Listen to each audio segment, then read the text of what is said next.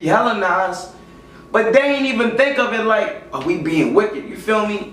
They didn't even think of it that it was against the law, that, you feel me, it was going to interfere with what they supposed to be doing according to the law, statutes, and commandments. Come on, man. Us being Hellenized. You feel me? Real quick. Let's jump to Ecclesiastics.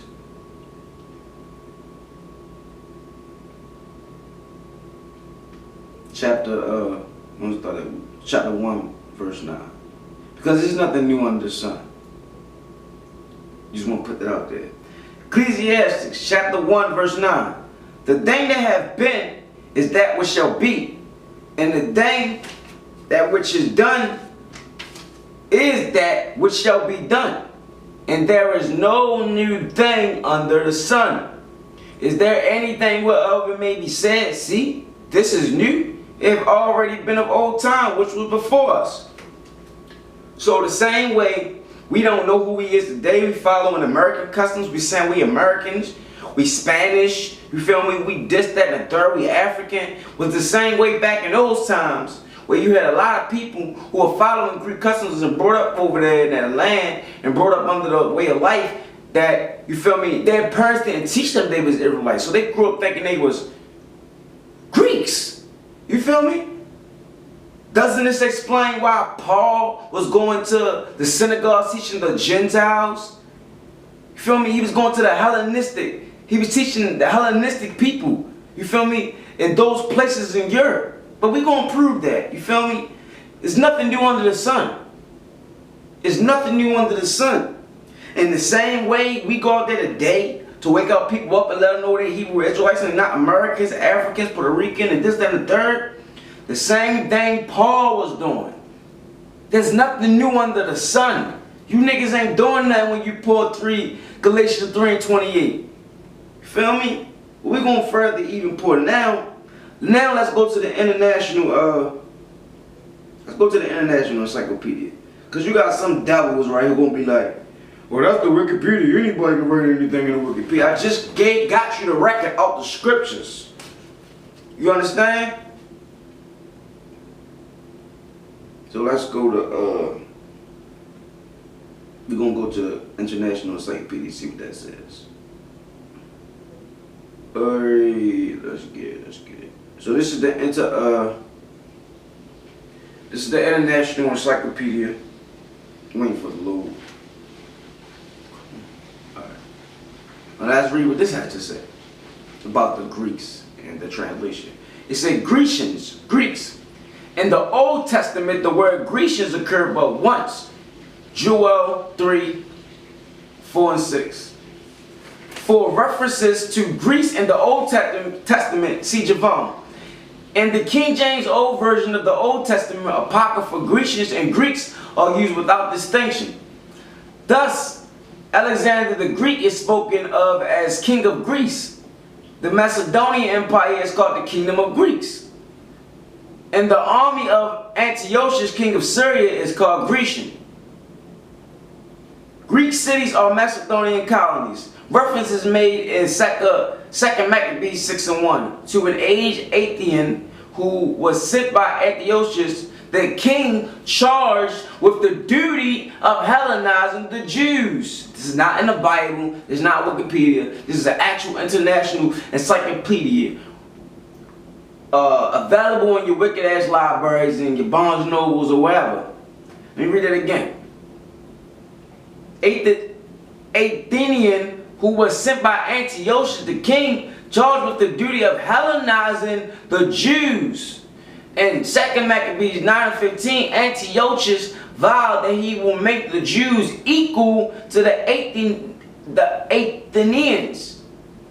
In 1 Maccabees 12 to 14, reference is made to negotiations of Jonathan, the high priest, with the Spartans, whom he calls brethren, seeking the renewal of a treaty of alliance and enmity against the Syrians. With the spread of Greek power and influence, everything not specifically Jewish was called Greek. The Greeks, contrasted with the Jews, are simply non-Jews so-called because of the prevalence of Greek institutions and cultures.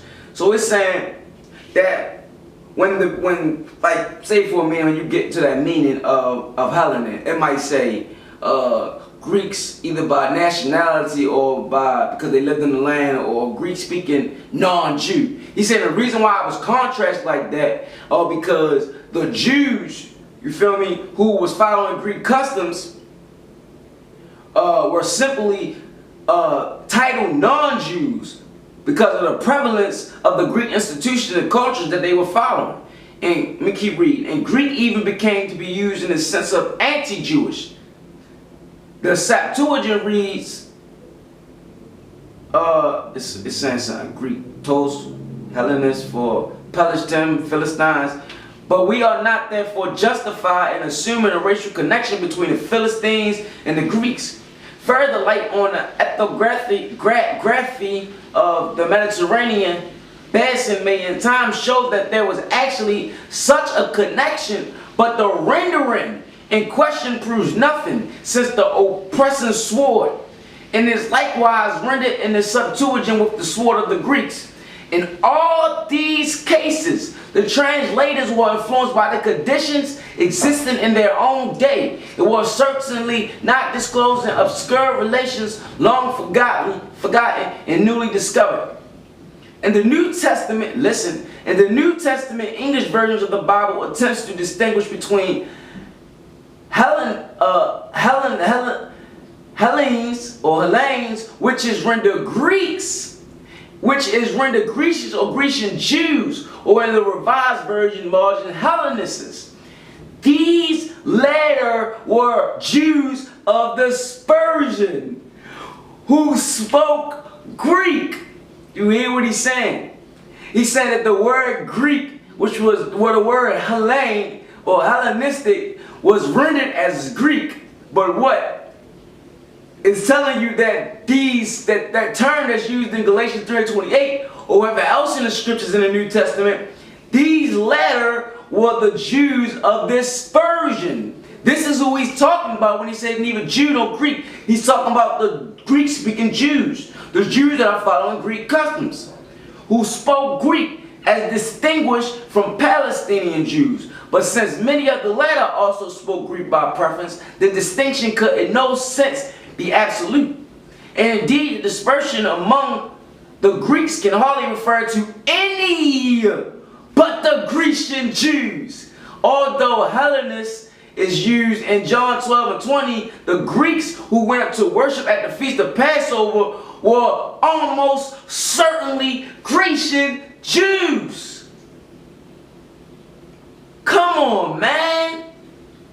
Woo! It's in your encyclopedia. Thus, while English versions of the Bible consistently render Hellenists with Greeks, we are not by that rendering apprised of the real character of the people so designated. This difficulty is aggravated by the fact already noted in the connection with the Old Testament Apocrypha, that in consequence of the spread of Hellenism, the term Hellenist was applied not only to such who are the Hellenistic descent, but also to all those who appropriated the language of Greece as universal means of communication. So he letting you know that when you see this word Greek, I mean, in the New Testament, but you got some people may think is automatically a blood Greek or of the flesh. He letting you know that most of the time it's not that. It's somebody who appropriated the language or customs of the Greeks.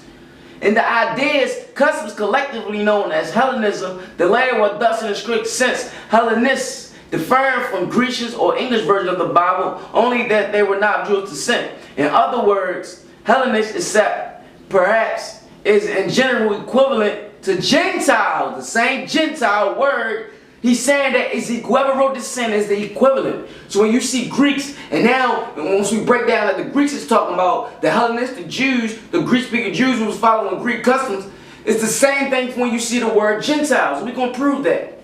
The various reading of the manuscripts, hence the difference between the King James Version and the Revised Version, well illustrate that there's consequently much confusion, which is quite impossible without limited knowledge of facts in particular cases to clear up. In general, it would seem probable that word Greeks are comprehensively contrasted with Jews.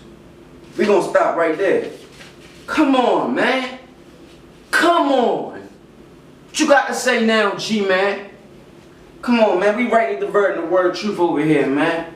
Death to America, man.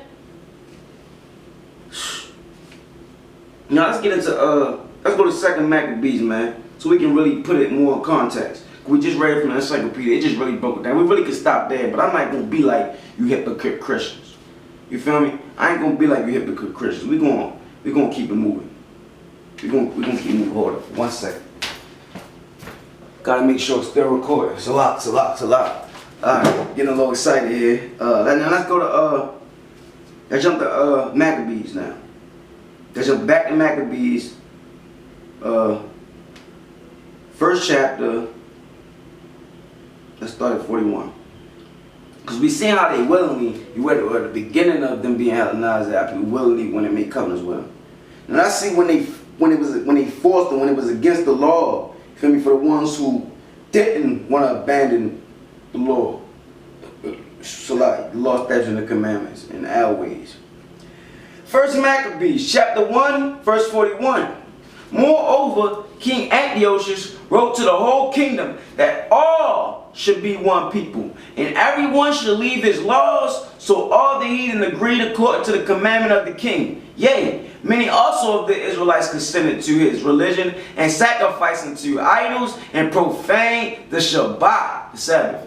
For the king had sent letters by messengers into Jerusalem and in the cities of Judah that they should follow the strange laws of the land, and forbid burnt offerings and sacrifice and drink and offerings in the temple, that they should profane the Sabbath and festival days, and pollute the sanctuary and holy people, set up altars and groves and chapels of idols, sacrificing swine's flesh and unclean beasts, that they shall also leave their children uncircumcised.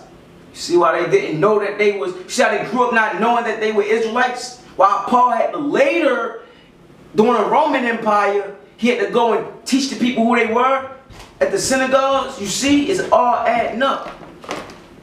That they should leave their children uncircumcised and make their souls abominable with all manner of uncleanness and profanation, to the end that they might forget the law and change all the ordinances. And so whoever would not do according to the commandment of the king said he should die. So you see, now you see why Paul is having to go teach to these Gentiles who are really Israelite foreigners. Why is he calling them Greek? When really we just broke down what Hellenists mean, but we're not going to be like the Christians, you feel me, and cut it off then. We're going to go precept upon precept, and we're going to put it all in context. So we're going to go to let's jump to 2nd Maccabees. Let's jump to 2nd Maccabees, chapter, let's start at chapters. Let's go to chapter 6, verse 6. Neither, 2nd Maccabees, chapter 6, verse 6. Neither was it lawful for a man to keep Sabbath days, or ancient fasts, or to profess himself at all to be a Jew. Do you see? You see why one would be calling himself Greek? You understand? You see? Come on. And the day of the king's birth, every month they were brought by bitter constraint to eat of the sacrifices, and when the fast of Beatrice was kept, the Jews were compelled to go in procession and backtroos carrying ivy. Moreover, there went out a decree to the neighbor cities of the heathen by the suggestion of Ptolemy against the Jews, that they shall observe the same fashions and be partakers of their sacrifices, and whoso would not conform themselves to the manners of the Gentiles shall be put to death, that might a man have seen present misery. So you see, a lot of our people became Greeks or Gentiles during the Hellenistic period. Why? Because a lot of them willingly went and followed the customs, spoke their language and did what they did, and brought it to Jerusalem, and a lot of them was forced to. Because they didn't have any choice but be put to death, and a lot of them was put to death. You feel me? Remember that word in Galatians